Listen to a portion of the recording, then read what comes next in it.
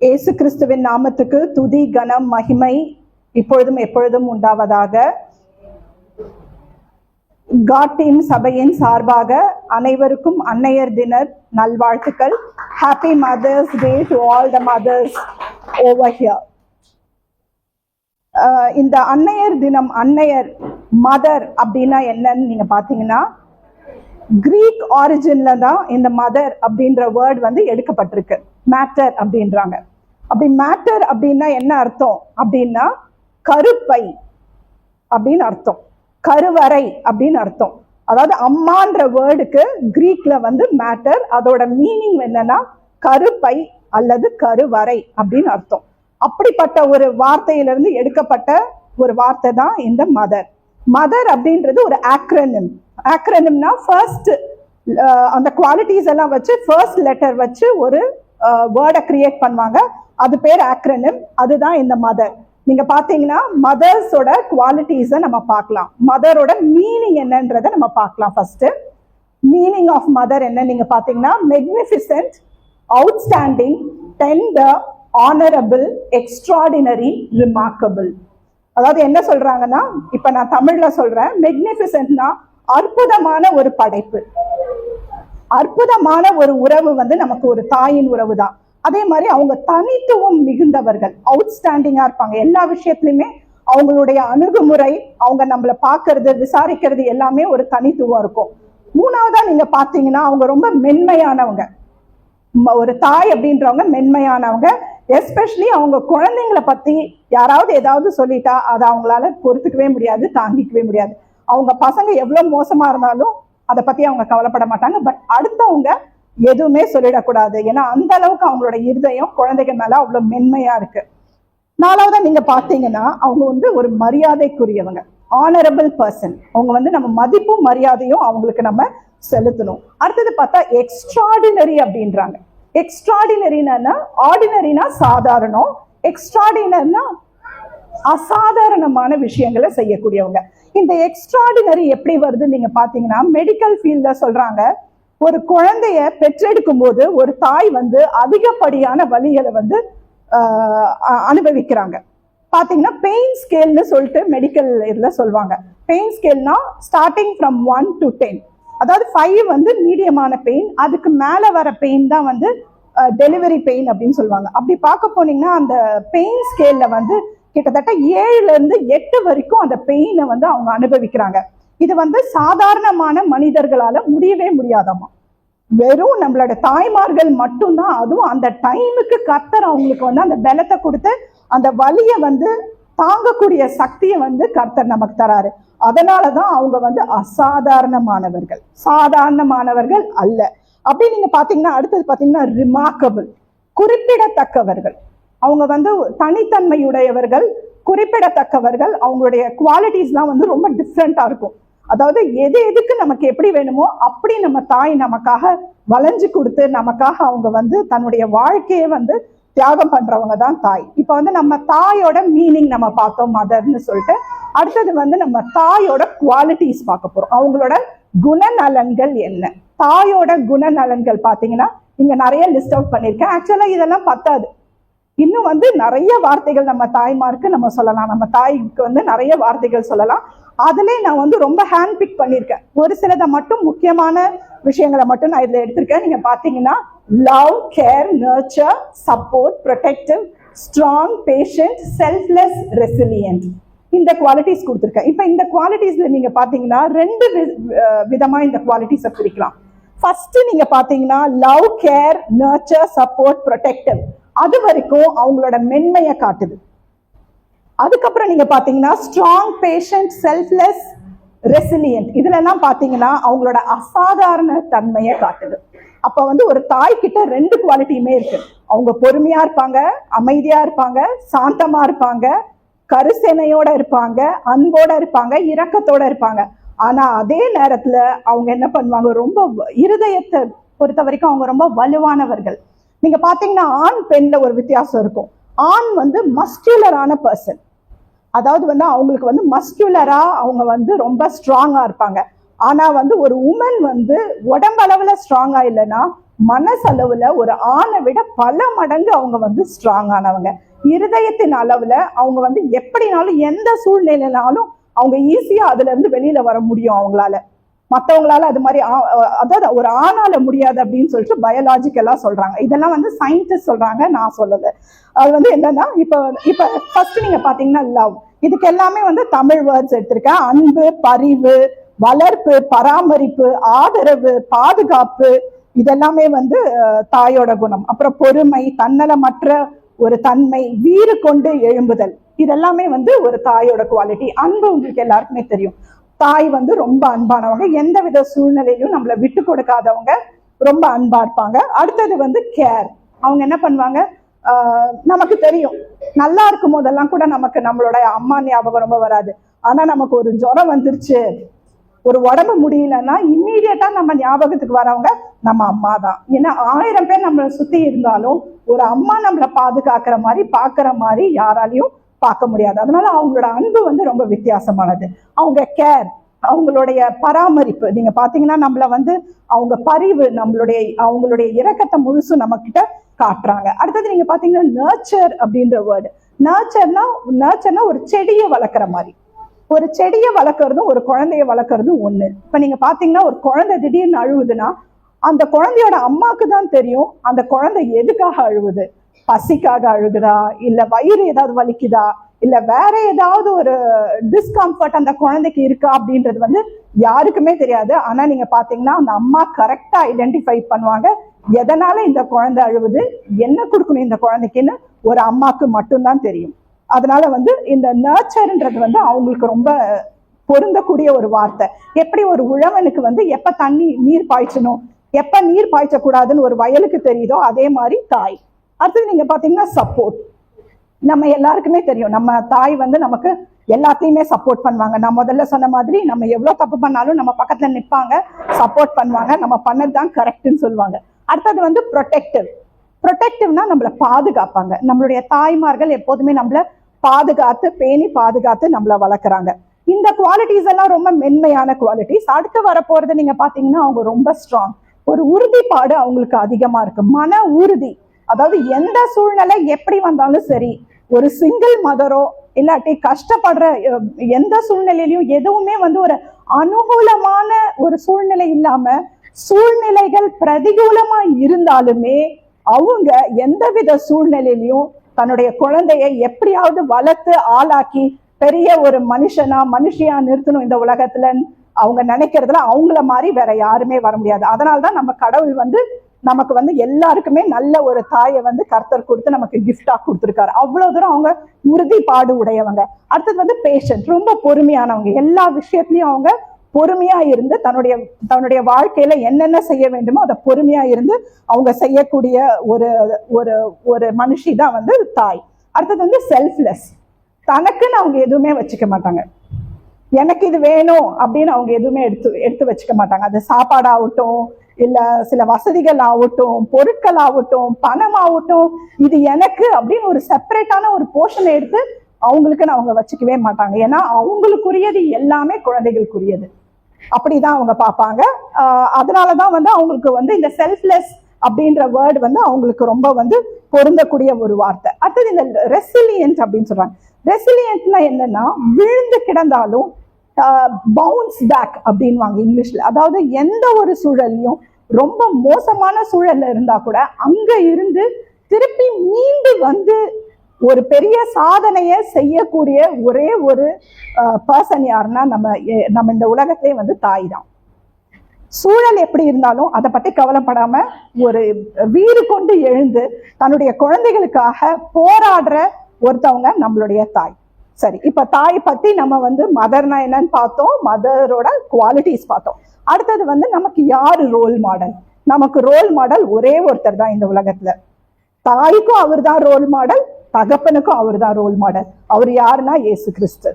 ஒரு ஏசப்பா எப்படி நம்மள எவ்வளவுதான் நம்ம பாவங்கள் நம்ம எல்லாத்தையும் விட்டு நம்மள ரட்சிப்புக்குள்ள கொண்டு வந்து நம்ம அவருக்குன்னு நம்மள தேர்ந்தெடுத்து அவருடைய ஜனங்களா நமக்கு முத்திரை பதித்து நம்மளை வேறு பிரிச்சு எடுத்து அவரு வந்து ஒரு தாயும் தகப்பனுமா இருந்து நம்மளை வந்து இது வரைக்கும் பாதுகாத்து வராரு. அதனால தாயா இருந்தாலும் சரி, தகப்பனா இருந்தாலும் சரி, நம்மளுடைய ரோல் மாடல் இயேசு கிறிஸ்து தான். அவர் எப்படி இருந்தாரோ அதே மாதிரி நம்மளும் இருக்கணும். எடுத்தவர்கள் வாசியுங்கள். ஏசாயா 30வது அதிகாரம் 19வது வசனம். சீயோனை சேர்ந்த ஜனங்கள் எருசலேமில் வாசமாயிருப்பார்கள். இனி நீ அழுது கொண்டிராய், உன் கூப்பிடுதலின் சத்தத்திற்கு அவர் உருக்கமாய் இறங்கி அதை கேட்ட உடனே உனக்கு மறு உத்தரவு அருள்வார். இதுல வந்து நான் ஒரு கீ சென்டென்ஸ் எடுத்திருக்கேன். அது என்னன்னா, இனி நீ அழுது கொண்டிராய். ஏன் இனி நீ அழுது கொண்டிராய் அப்படின்னா, இது வந்து எனக்கு வந்து தோணுச்சு, இது வந்து ரொம்ப சூட்டபிளா இருக்கும் பெண்களுக்கு. ஏன்னா யூஸ்வலா சொல்லுவாங்க, பெண்கள் வந்து டக்குன்னு அழுதுருவாங்க, ஒரு சின்ன விஷயம் நடந்தாலும் உடனே அழுவாங்க. ஆண்கள் பாத்தீங்கன்னா கொஞ்சம் தைரியமா இருப்பாங்க, அழுக மாட்டாங்க, அழுகி அடக்கிக்க கூடியவங்க அப்படின்னு சொல்லிட்டு சொல்லுவாங்க. நீங்க சின்ன சின்ன சில்லி சண்டெல்லாம் வீட்டுல நடக்கும், அதுக்கே வந்து பாத்தீங்கன்னா பெண்கள் வந்து அழுதுருவாங்க. யூஸ்வலா இந்த எல்லார் வீட்லயும் 4 பசங்க 5 பசங்க இருக்கிற வீட்டுல, இல்ல 3-4 பசங்க இருக்க வீட்டுல சொல்லுவாங்க, கடைசி 2 பசங்க வந்து தவிட்டுக்கு வாங்கணும்னு சொல்லுவாங்க. நீங்க பாத்தீங்கன்னா எங்க அண்ணன் அக்காலாம் என்னையும் என் தம்பியும் கிண்டல் பண்ணுவாங்க, நாங்கெல்லாம் உங்களை வந்து உங்க 2 பேரையும் தவிட்டுக்கு வாங்கணும் அப்படின்னு சொல்லுவாங்க. நாங்க உடனே ஓன்னு அழுவோம், ஐயோ எங்களை தவிட்டுக்கு வாங்கிட்டீங்களா, நாங்க இந்த வீட்டுல சேர்ந்தவங்க இல்லையா அப்படின்னு சொல்லிட்டு நாங்க ரொம்ப கஷ்டப்படுவோம். அது மாதிரி சின்ன சின்ன விஷயத்துக்கும் பெண்கள் வந்து டக்குன்னு அழுதுருவாங்க. அழுதுறாங்களேன்னு சொல்லிட்டு நம்ம சாதாரணமா அவங்கள நினைச்சிட முடியாது. ஏன்னா உள்ள தளவுல அவங்க ரொம்ப ஸ்ட்ராங்கா இருப்பாங்க. அதனால வந்து இனி நீ அழுது கொண்டிராய்.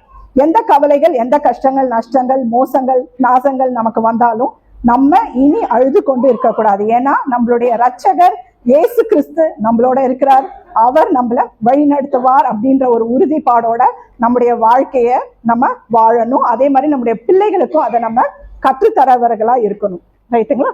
அடுத்தது இப்ப வந்து இதெல்லாம் நம்ம பார்த்தோம். பைபிள்ல ரிலேட்டடா நம்ம வந்து ஒரு சில தாய்மார்களை எடுத்து அவங்கள பத்தி நம்ம இன்னைக்கு பார்க்க போறோம். சரிங்களா? ஃபர்ஸ்ட் நான் எடுத்திருக்க தாய் நீங்க பாத்தீங்கன்னா நம்மளுடைய மரியாள், அவங்களதான் நம்ம எடுத்திருக்கோம்.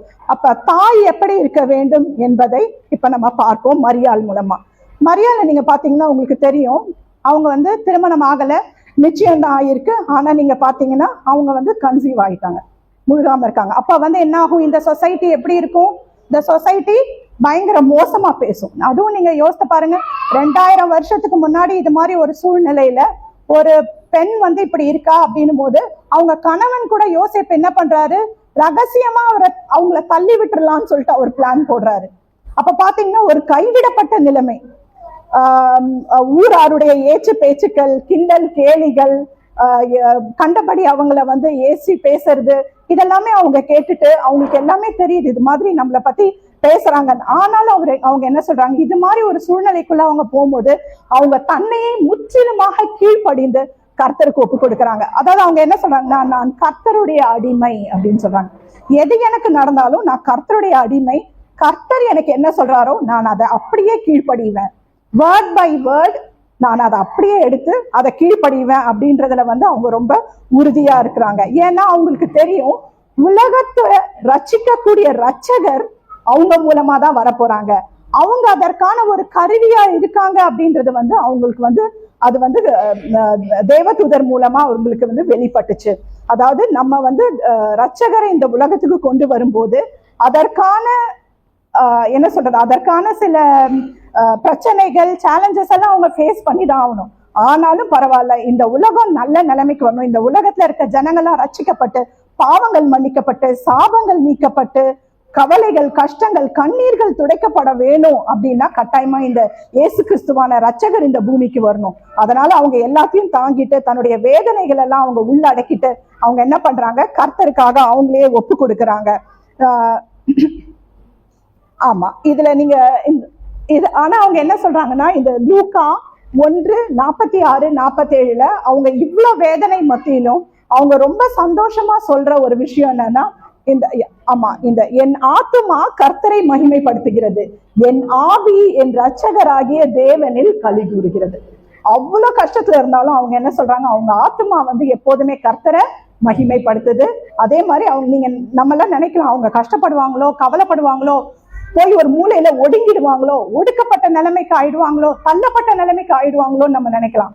ஆனா அவங்க அப்படி இல்லை. அவங்க ஆத்துமா தேவனில் மகிமைப்படுகிறது, அதே மாதிரி அவங்க வந்து தேவனில் களி கூறுறாங்க. ரெண்டுமே அவங்க கிட்ட அந்த குவாலிட்டிஸை வந்து நம்ம பார்க்குறோம். இந்த குவாலிட்டிஸ் நம்ம கிட்ட இருக்கணும். ஃபார் எக்ஸாம்பிள், சங்கீத் பிரதர் கூட சொன்னார், எங்க அம்மா இப்படி இருந்தாங்க, அந்த குவாலிட்டி எனக்குள்ள வந்துச்சு. அதே மாதிரிதான் இப்ப வந்து மரியாள் கிட்ட வந்து அந்த ஒபீடியன்ஸ், 100% சரண்டர், கர்த்தருக்குள்ள 100% அவங்க சரண்டர் பண்ணி கீழ்ப்படிஞ்சாங்க. அந்த கீழ்ப்படிதல் நேச்சுரலா நம்ம குழந்தைங்களுக்கும், அதாவது இயேசு கிறிஸ்துக்கும் மற்றவங்களுக்கும் வரும். அதனாலதான் ஒரு தாய் வந்து ஒரு விஷயத்த பேசும்போதும் பண்ணும்போதும் ரொம்ப ஜாக்கிரதையா பண்ணணும். நம்ம என்ன பண்றாங்களோ அதை பார்த்துதான் நம்ம பிள்ளைங்க பண்ணுவாங்க. அதனால ஒரு விஷயம் நம்ம பண்ணும்போது ஒரு தடவை 2 தடவைக்கு நம்ம யோசித்து அந்த விஷயங்களை பண்ணணும். அது வந்து ரொம்ப ஒரு முக்கியமான ஒரு அம்சமா இருக்கு. அடுத்தது நீங்க பாத்தீங்கன்னா, இப்ப உலக பிரகாரமா ஒரு விஷயம் உண்மையா நடந்தது. இது நீங்க பாத்தீங்கன்னா 2001 குஜராத்ல ஒரு பூகம்பம் வந்தது, ஒரு பூமி அதிர்ச்சி வந்தது.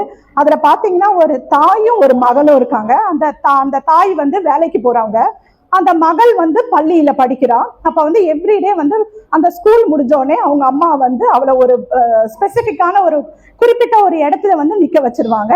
நிக்க வச்சுட்டு கரெக்டா இங்கதான் நீ நிக்கணும், எல்லா நாளும் நீ இதே இடத்துல நில்லு, நான் இந்த இடத்துல வந்து உன்னை கூப்பிட்டுப்பேன் அப்படின்னு சொல்லிட்டு அவங்க போயிடுவாங்க. அதே மாதிரி எவ்ரிடே வருவாங்க, அந்த குழந்தைய கூட்டிட்டு போவாங்க. இப்படியே இருந்தது. ஆனா ஒரு நாள் வந்து இப்படி earthquake வந்தது. earthquake வந்தோடனே பாத்தீங்கன்னா இவங்க அந்த குழந்தைய கூப்பிட போறாங்க. ஆனா அந்த கவர்மெண்ட் ஸ்கூல் எப்படி இருக்குன்னா இப்படி இருக்கு.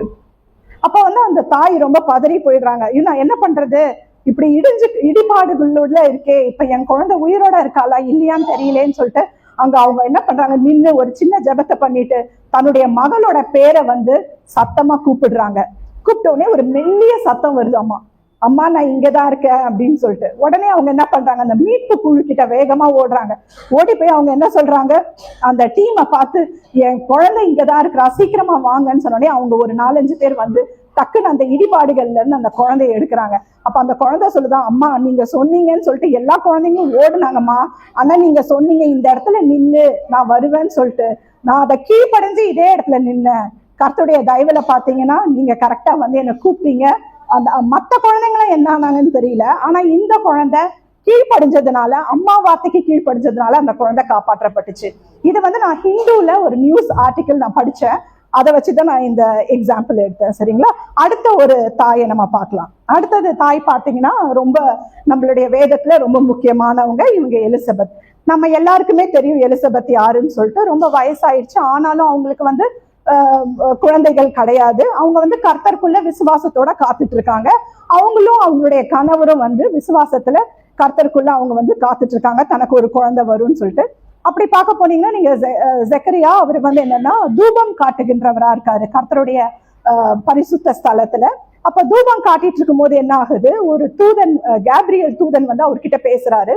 பேசி நான் உனக்கு ஒரு குழந்தைய கொடுக்க போறேன், நீ எனக்குன்னு வளர்த்தேடு அப்படின்னு சொல்லிட்டு எல்லாம் சொல்றாரு. சொல்லும் போது என்ன ஆகுது, ஜெக்கரியாவுக்கு வந்து ஒரு விதமான ஹெசிடேஷன் இருக்கு. இது நடக்குமா நடக்காதா, எனக்கும் வயசாயிடுச்சு, எலிசபெத்துக்கும் வயசாயிடுச்சு, இதெல்லாம் நடக்கக்கூடிய விஷயமா அப்படின்னு ஒரு விதமான தயக்கம் அவர் மனசுல வந்தது.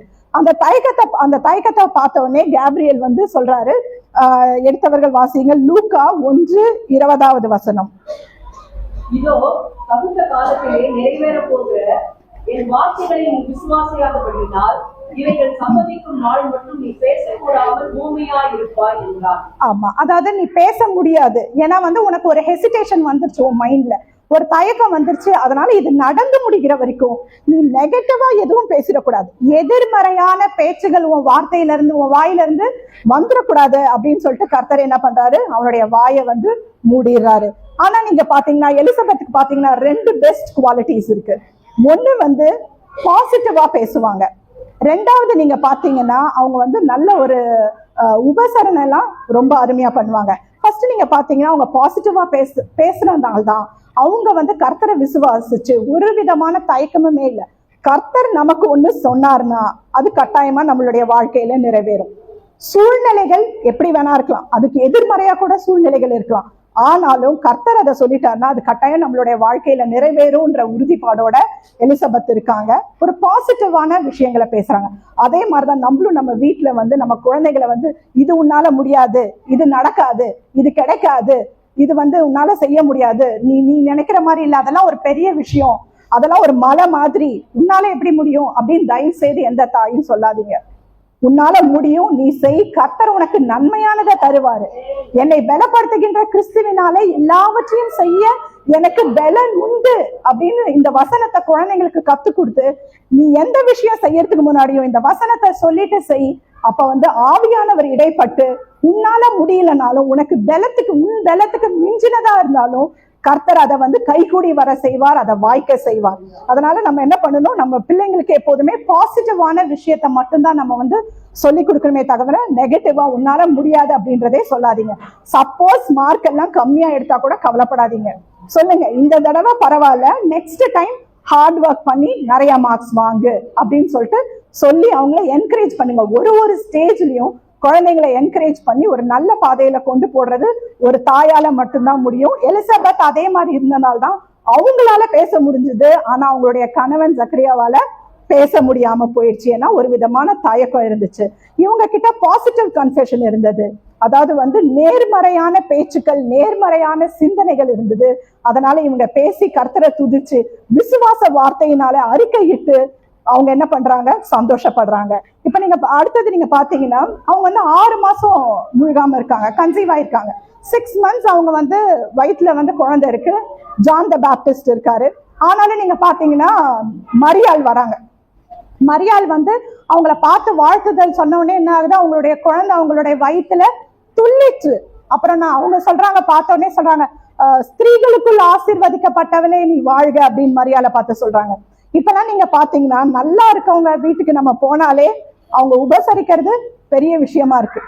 ஆனா நீங்க எலிசபெத்தை பாத்தீங்கன்னா 6 மாசம் வந்து வயிற்றுல குழந்தை இருந்தாலுமே அவங்க மரியாதை அன்போட ஏற்றுக்கொண்டு, கிட்டத்தட்ட பைபிள்ல நீங்க பாத்தீங்கன்னா நிறைய நாட்கள் அவர்களை வீட்டுல வச்சு அவங்க வந்து அவங்கள பராமரிச்சு போஷிச்சு அவங்களுக்கு தேவையான எல்லா சேவையும் வந்து எலிசபெத் அம்மா வந்து செய்யறாங்க மரியாளுக்கு. அது மாதிரி நம்மளும் வந்து நம்மளுடைய விருந்தோம்பல் இதெல்லாம் வந்து நிறைய நம்ம வளர்த்துக்கணும். யாரா இருந்தாலும் வேதத்திலே ஒரு வசனம் இருக்கு, நம்ம தெரியாம நம்ம என்ன பண்றோமா, தேவதூதர்களை நம்ம வந்து உபசரிக்கிறோம், தேவதூதர்களை நம்ம உபசரிக்கிறோம். அதனால யார் என்னன்னு தெரியாது, யாரா இருந்தாலும் நல்ல விஷயங்களை பேசி நன்மையானவைகளை நம்ம செஞ்சோம்னா அது கர்த்தருக்கு உகந்ததா இருக்கும் அப்படின்னு சொல்லிட்டு நான் சொல்ல விரும்புறேன். இதுக்கு ரிலேட்டடா ஒரு தாமஸ் ஆல்வா எடிசன், இவரை பத்தி எனக்கு தெரிஞ்சு எல்லாருக்குமே தெரியும். இவர் வந்து ஒரு பெரிய சயின்டிஸ்ட், அது மட்டும் இல்லாம ஒரு பெரிய பிசினஸ் மேன். இந்த தாமஸ் ஆல்வா எடிசன் நீங்க பாத்தீங்கன்னா ஒரு ஸ்கூலுக்கு போயிட்டு இருந்தபோது, இது அவர் சின்ன வயசுல நடந்த ஒரு இன்சிடென்ட், இது ஒரு உண்மை சம்பவம். அவர் என்ன பண்றாரு, ஸ்கூலுக்கு போறாரு. ஸ்கூலுக்கு போயிட்டு கிளாஸ்ல இருந்து ஒரு நாள் ரொம்ப சோர்ந்து வராரு. அவர் கையில வந்து ஒரு சின்ன ஒரு துண்டு சீட்டு வந்து அவங்க மிஸ் என்ன பண்றாங்க, ஒரு பேப்பர்ல என்னமோ எழுதி அந்த தாமஸ் ஆல்வா எடிசன் கிட்ட மடிச்சு அவன் கையில கொடுத்து, இதை வந்து நீ வேற யாருக்கும் கொடுக்க கூடாது, நீ அம்மாவுக்கு மட்டும்தான் கொடுக்கணும், அம்மா கிட்ட மட்டும்தான் கொடுக்கணும், வேற யாருக்கிட்டையும் கொடுத்துறாதுன்னு சொல்லி அந்த துண்டு சீட்டை கையில வச்சு அனுப்பிச்சிடுறாங்க. அப்ப இந்த தாமஸ் ஆல்வா எடிசன் நேரா வீட்டுக்கு வராரு. வீட்டுக்கு வந்து அந்த அம்மாவை பார்த்து அந்த சீட்டை கையில கொடுக்குறாரு. கையில கொடுத்தோடனே அவங்க அதை ஓபன் பண்ணி படிக்கிறாங்க. படிச்ச உடனே அவங்க வந்து ரொம்ப ஓபன் பண்ணி படிச்ச உடனே அவங்களுக்கு ரொம்ப மனசெல்லாம் சங்கடமாயிடுது. உடனே தாமஸ் ஆல்வா எடிசன் அவங்கள பார்த்து கேட்கிறாரு, அம்மா என்னம்மா எழுதியிருக்காங்க, ஏன் உங்க முகம் ஒரு மாதிரி சோர்ந்து போயிடுச்சு அப்படின்னு சொல்லிட்டு கேட்கறாங்க. அதுக்கு அந்த அம்மா சொல்றாங்க, அவங்க உன் டீச்சர் என்ன எழுதியிருக்காங்கன்னா, நீ ஒரு அதிபுத்திசாலியான மகன், உன்னை பயிற்றுவிக்கிறதுக்கும் உனக்கு போதிக்கிறதுக்கும் தேவையான ஞானம் அந்த டீச்சர்ஸ்க்கு யாருக்குமே இல்லையாம்பா, அதனால நீ எதை பத்தியும் கவலைப்படாத, வா நான் தான் உனக்கு டீச்சர் இன்னில இருந்து அப்படின்னு சொல்லிட்டு என்ன சொல்றாங்க, எல்லாத்தையும் சொல்லி கொடுக்குறாங்க. நீங்க சொல்லி கொடுத்து பாத்தீங்கன்னா அவர் நிறைய இன்வென்ஷன்ஸ், ஒரு லிஸ்டே இருக்குங்க விக்கிபீடியால பார்த்தா. அவர் என்னென்னலாம் கண்டுபிடிச்சிருக்காருன்னு பாத்தீங்கன்னா, எலக்ட்ரிக் லைட்டு, அப்புறம் இப்ப ரெக்கார்ட் பண்றோம்ல சவுண்ட் சிஸ்டம் ரெக்கார்ட் பண்றது, பவர் ஜெனரேஷன், எல்லாமே வந்து அவரு கண்டுபிடிச்சதுதான். இது மட்டும் இல்லாம ஒரு பிசினஸ் மேனா வேற இருந்திருக்காரு. அப்ப என்ன ஆகும், ஒரு நாள் என்னாச்சா, அவங்க அம்மா அவர் பெரிய பெரிய மனிதனாகி அவரு வாழ்க்கையில ஒரு சக்சஸ்ஃபுல்லான பர்சனா வந்ததா அவங்க அம்மா கண் கூட பார்த்துட்டாங்க. சந்தோஷமா அவங்களும் இறந்து போயிடுறாங்க. அப்ப நீங்க ஒரு நாள் திடீர்னு பார்த்தா இவர் என்ன பண்றாரு, அவங்க அம்மாவோட திங்ஸ் எல்லாம் வந்து பாக்குறாரு. அப்படி பார்க்கும்போது யூஸ்வலா நம்ம வீட்டு பெரியவங்க நீங்க பாத்தீங்கன்னா இந்த ட்ரங்க் பெட்டி அதெல்லாம் வச்சிருப்பாங்க இல்லையா, ட்ரங்க் பெட்டி, ட்ரா, ஏதோ நிறைய அது மாதிரி எல்லாம் இருக்கும். அதுக்குள்ள அவங்களுக்கு தேவையான பொருட்களா வைப்பாங்க. அதே மாதிரி இந்த அம்மாவும் என்ன பண்ணிருக்காங்க, ஒரு பெரிய பெட்டி வச்சிருக்காங்க. அந்த பெட்டியை வந்து இவர் என்ன பண்ணிருக்காரு, தாமஸ் ஆல்வா எடிசன் ஃப்ரீ டைம்ல எடுத்து பாக்குறாரு. எடுத்து பார்த்த போது அந்த துண்டு சீட்டு அவருடைய கண்கள்ல படுது. உடனே அவர் என்ன பண்ணாரு, அம்மா இப்படி சொன்னாங்களே, இந்த துண்டு சீட்டில என்னதான் இருக்குன்னு சொல்லிட்டு பார்க்கலாம்னு சொல்லிட்டு எடுத்து படிச்சா அதுல எழுதியிருக்கு, உன் பையன் மனநல குறைவுள்ளவன், அவனை நாங்க வச்சு படிச்சு தேத்தி ஒரு மனுஷனை ஆக்கிறதுக்கு எங்க கிட்ட யாருக்குமே திறமை இல்லை, இனி உன் பையனை ஸ்கூலுக்கு வர வைக்காம நீயே உன் பையனை வீட்டோட வச்சுக்கோ அப்படின்னு சொல்லிட்டு அந்த டீச்சர் வந்து எழுதி அனுப்பிச்சிருக்காங்க. அதை பார்த்து அவர் பயங்கரமா வந்து மூவ் ஆகி ரொம்ப அழுகுறாரு. ஆனா வந்து நம்ம அம்மா வந்து இவ்வளோ குறைபாடு நமக்கு இருந்துமே அந்த குறைபாடுகள் எல்லாம் அவங்க பெருசா எடுக்காம எனக்கு நன்மையினால என்னை வந்து அவங்க வந்து வார்த்தைகளை, நன்மையான வார்த்தைகளை எனக்கு சொல்லி ஒரு ஊக்குவிச்சு என்னை இந்த நிலைமைக்கு ஆளாக்கியிருக்காங்கன்னு சொல்லிட்டு அவரு ரொம்ப வந்து நெகிழ்ந்து அழுகிறாரு. நீங்க பாத்தீங்கன்னா இதுக்கு வந்து நம்ம ஒரு அருமையான பாடல் ஒண்ணு இருக்கு, ஒரு தாய் தேற்றுவது போலன்னு சொல்லிட்டு. அதை நம்ம எல்லாம் சேர்ந்து பாடலாமா? ஒரு தாய் தேற்றுவது போல் என் நேசர் தேற்றுவார், ஒரு தாய் தேற்றுவது போல் என் நேசர் தேற்றுவார், மார்போடு அணைப்பாரே மன கவலை தீர்ப்பாரே, மார்போடு அணைப்பாரே மன கவலை தீர்ப்பாரே, ஒரு தாய் தேற்றுவது போல் நேசர் தேற்றுவார், கரம் பிடித்து நடத்துவார், கண்மலை மேல் நிறுத்துவார், கரம் பிடித்து நடத்துவார், கண்மலை மேல் நிறுத்துவார், ஒரு தாய் தேற்றுவது போல் என் நேசர் தேற்றுவார், ஒரு போதும் கைவிடார், ஒரு நாளும் விலகிடார், ஒரு போதும் கைவிடார், ஒரு நாளும் விலகிடார், ஒரு தாய் தேற்றுவது போல் என் நேசர் தேற்றுவார், ஒரு தாய் தேற்றுவது போல் என் நேசர் தேற்றுவார்.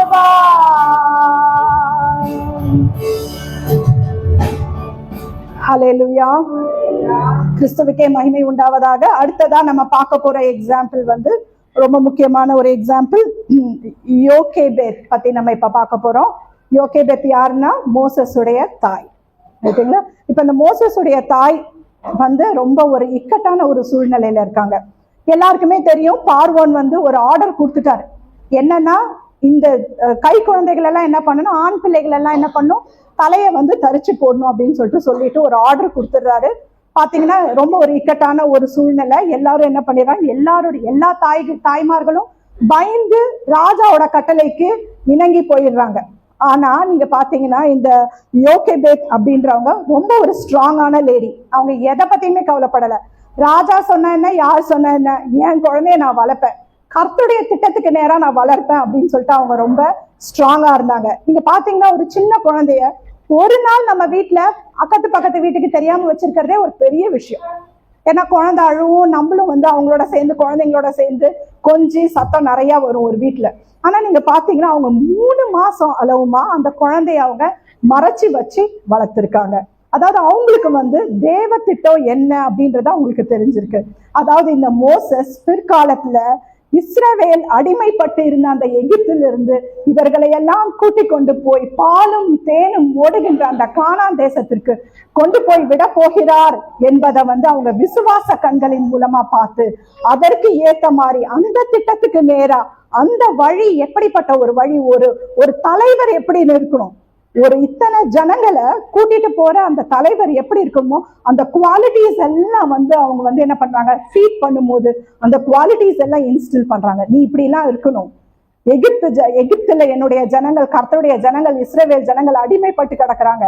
அவங்கள நீ மீட்கணும். நீ ஒரு கர்த்தருடைய நாமத்துல இவங்களை எல்லாரையும் நீ மீட்டு எடுத்துட்டு போய் அவங்கள நீ ஒரு நல்ல விசாலமான ஒரு இடத்துல வைக்கணும் அப்படின்ற அந்த ஒரு உயர்வான உன்னதமான திட்டத்துக்கு நேரா அந்த மகனை மோசஸ் அவங்க சொல்லி கொடுத்து நித்தம் அவங்களுக்கு அந்த எல்லா அந்த யோசனைகளையும் அவருடைய மனசுல போட்டு இருதயத்துல போட்டு அவளை வளர்க்குறாங்க. அப்படி நீங்க பாத்தீங்கன்னா இதுல அந்த ஸ்திரீ கர்ப்பவதியாகி ஒரு ஆண் பிள்ளையை பெற்று அது அழகுள்ளது என்று கண்டு அதை 3 மாதம் ஒலித்து வைத்தார்.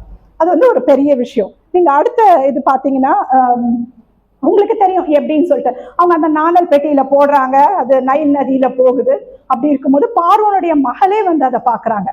பார்த்துட்டு என்ன பண்றாங்க, அந்த குழந்தைய வளர்த்து எடுக்கணும்னு சொல்றாங்க. பைபிள்ல இன்னொரு வசனம் இருக்கும், பச்சிக்கிறவனிடத்துல இருந்து பச்சனமும் பலவானிடத்திலிருந்து மதுரமும் வந்தது அப்படின்னு சொல்லுவாங்க. அதுக்கு இதுக்கு ரிலேட் ஆகும் இந்த வசனம். நீங்க பாத்தீங்கன்னா இதுல பாத்தீங்கன்னா பார்வோனுடைய குமாரத்தை அவளை நோக்கி, நீ இந்த பிள்ளையை எடுத்து கொண்டு போய் அதை எனக்கு வளர்த்திடு அப்படின்னு சொல்றாங்க.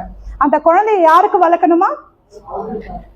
பார்வோனுடைய மகளுக்காக வளர்க்கணும். அதாவது ஒரு ராஜ குடும்பத்துல ஒரு ராஜா, ஒரு பிரின்ஸ் எப்படி இருப்பாரோ அப்படிப்பட்ட குவாலிட்டிஸை உள்ள வச்சு நீ வளர்க்கணும்னு சொல்லிட்டு அந்த தாய் கிட்ட சொல்லி அனுப்புறாங்க. ஆனா அந்த தாய் அதை பத்தி அவங்க கவலையப்படல.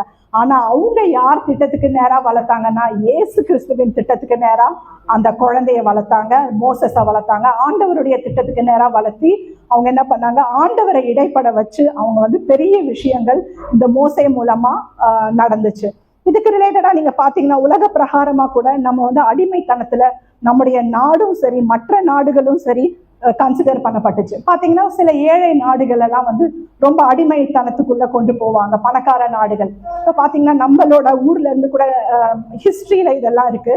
அதாவது கோல்டு மைன், டைமண்ட் மைன்ஸ் இதெல்லாம் வேலை செய்யறதுக்கு ஒரு அடிமை மாதிரி தான் நம்மளெல்லாம் கட்டி இழுத்து போகப்பட்டோம். ஒரு காலத்துல நம்முடைய மூதாதையர்களை என்ன பண்ணுவாங்க, கூட்டிட்டு போய் கோல்டு மைன், டைமண்ட் மைன் இதெல்லாம் வேலை செய்யணும். சப்போஸ் அது மண்ணு விழுந்து அவங்க இறந்தா கூட கேட்பார் கிடையாது, யாரும் கேள்வியே கேட்க மாட்டாங்க. ஏங்க நாங்க அனுப்பிச்சோமே, அந்த பையனை அனுப்பிச்சோமே, அந்த ஆள் அனுப்பிச்சோமே, அவர் என்னன்னாரு, எங்க அண்ணன் வந்தானே, தம்பி வந்தானே, எங்க அப்பா வந்தாரே அப்படின்னு கேட்கறதுக்கு யாரும் கிடையாது. ஏன்னா அவங்க அடிமைத்தனத்துல இருந்தாங்க. அடிமைத்தனம்னா என்ன நீங்க பாத்தீங்கன்னா, தனக்குன்னு சுயமா எந்த டிசையருமே இருக்கக்கூடாது, சுயமா எந்த விஷயமே யோசிக்க கூடாது. ஒரு தண்ணி குடிக்கணும்னா கூட நீங்க அடிமைப்பட்டு கூட்டிட்டு வந்தாங்க இல்லையா, அவங்கள கேட்டுட்டு தான் நம்ம எதுவுமே பண்ணணும். அப்படி ஒரு சூழல்ல நீங்க பாத்தீங்கன்னா இந்த சஜோனர் ட்ரூத் இவங்க ஒரு ஆப்ரோ அமெரிக்கன். இதுவும் ஒரு உண்மை சம்பவம். இந்த ஆப்ரோ அமெரிக்கன் என்ன பண்றாங்க, அமெரிக்கால நியூயார்க்ல பாத்தீங்கன்னா இவங்களுக்கு 2 குழந்தைங்க, ஒரு ஆண் ஒரு பெண். ஆனா பாத்தீங்கன்னா எல்லாரையும் டிவைட் அண்ட் ரூல் சிஸ்டம் மாதிரி இவங்களை என்ன பண்ணிடுவாங்க, தனித்தனியா ஒரு வீட்டுல இவங்களை ஸ்லேவா வச்சு இவங்களை பயங்கரமா வேலை வாங்குவாங்க. அப்ப திடீர்னு ஒரு ஸ்லேவரி அபாலிஷன் பாலிசின்னு வந்துச்சு. அதாவது இந்த அடிமைத்தனத்துல இருந்து விடுதலை ஆக்கக்கூடிய ஒரு பாலிசி வந்தபோது இவங்க என்ன பண்ணாங்க, ரெசிலியன்ட்னு சொன்ன தெரியுமா, அந்த கேரக்டர் இவங்களுக்கு உண்டு. அவங்க என்ன பண்ணாங்க, she bounces back from her state. அவங்க என்ன பண்றாங்க, அவங்களுடைய அந்த தள்ளப்பட்ட, விழப்பட்ட, கட்டுப்பட்ட, ஒடுக்கப்பட்ட அந்த சூழல்ல இருந்து அவங்க என்ன பண்றாங்க, வீறு கொண்டு எழும்புறாங்க.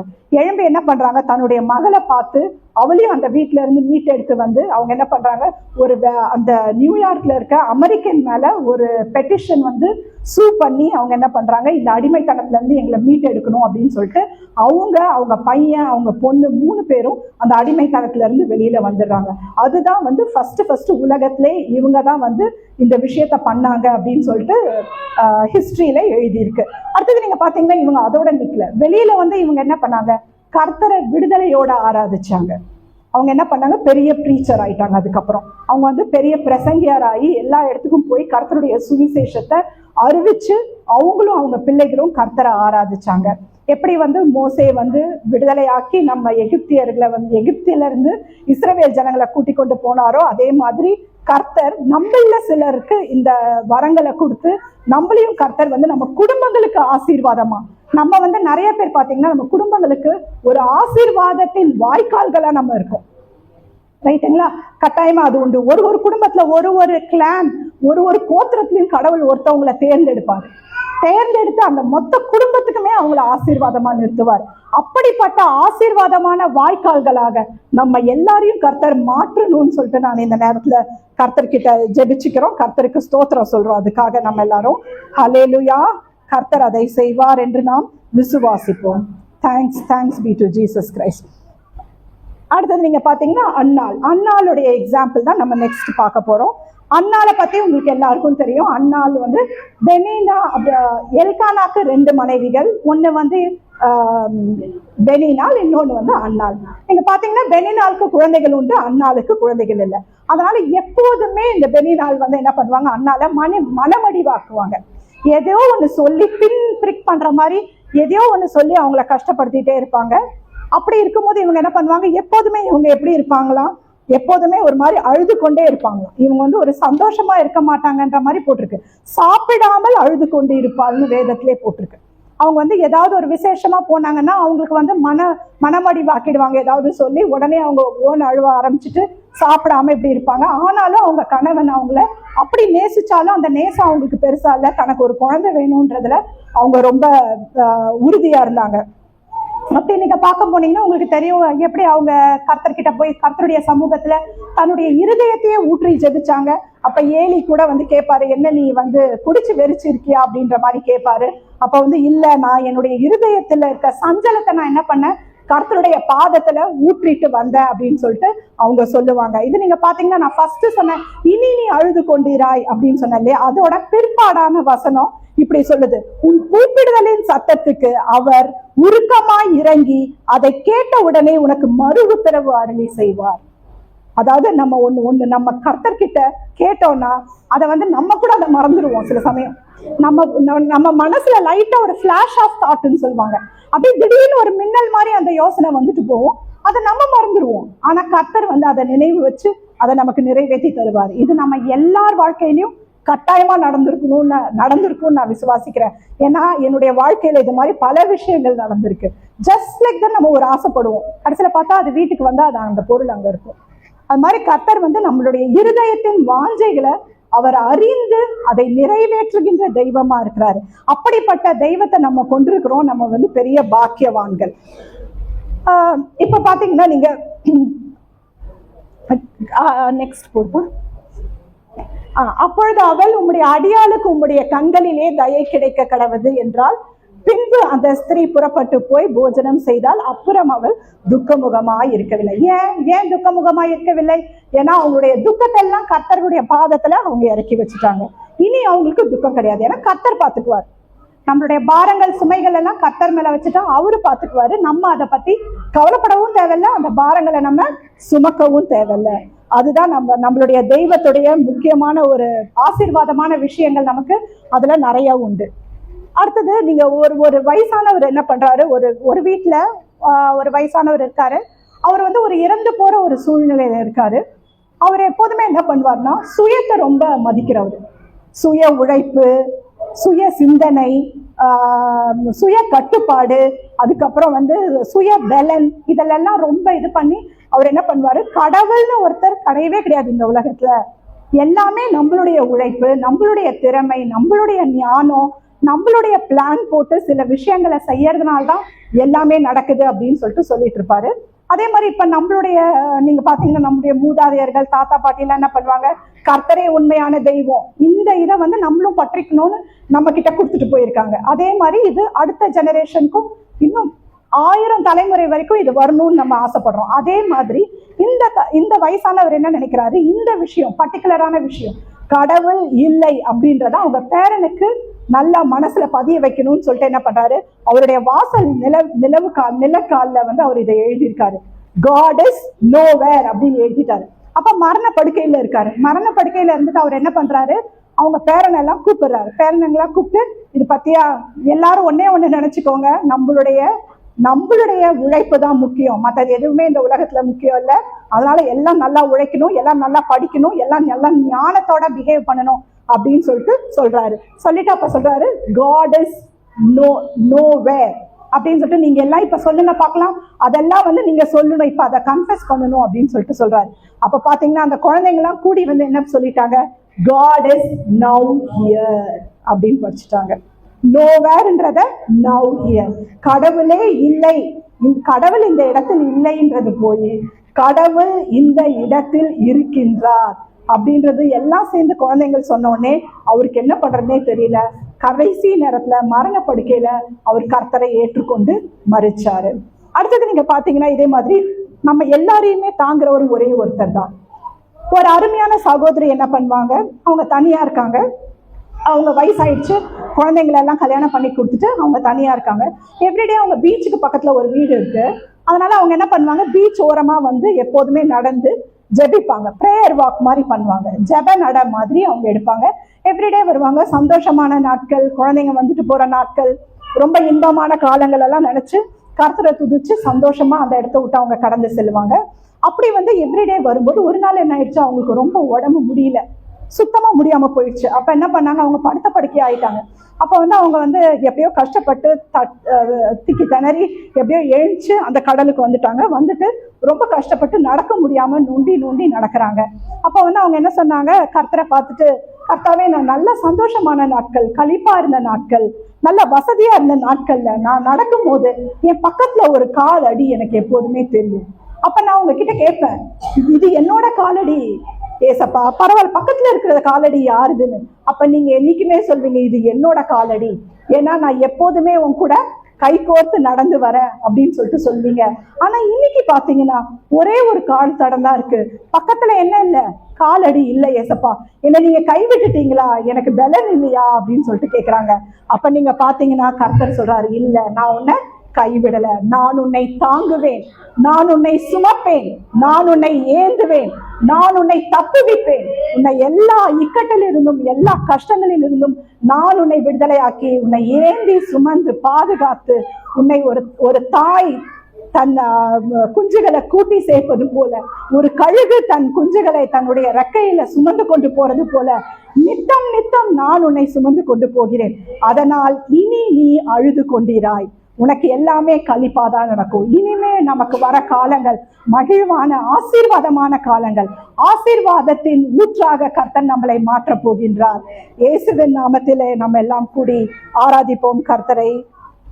ஹல்லேலூயா, praise Jesus.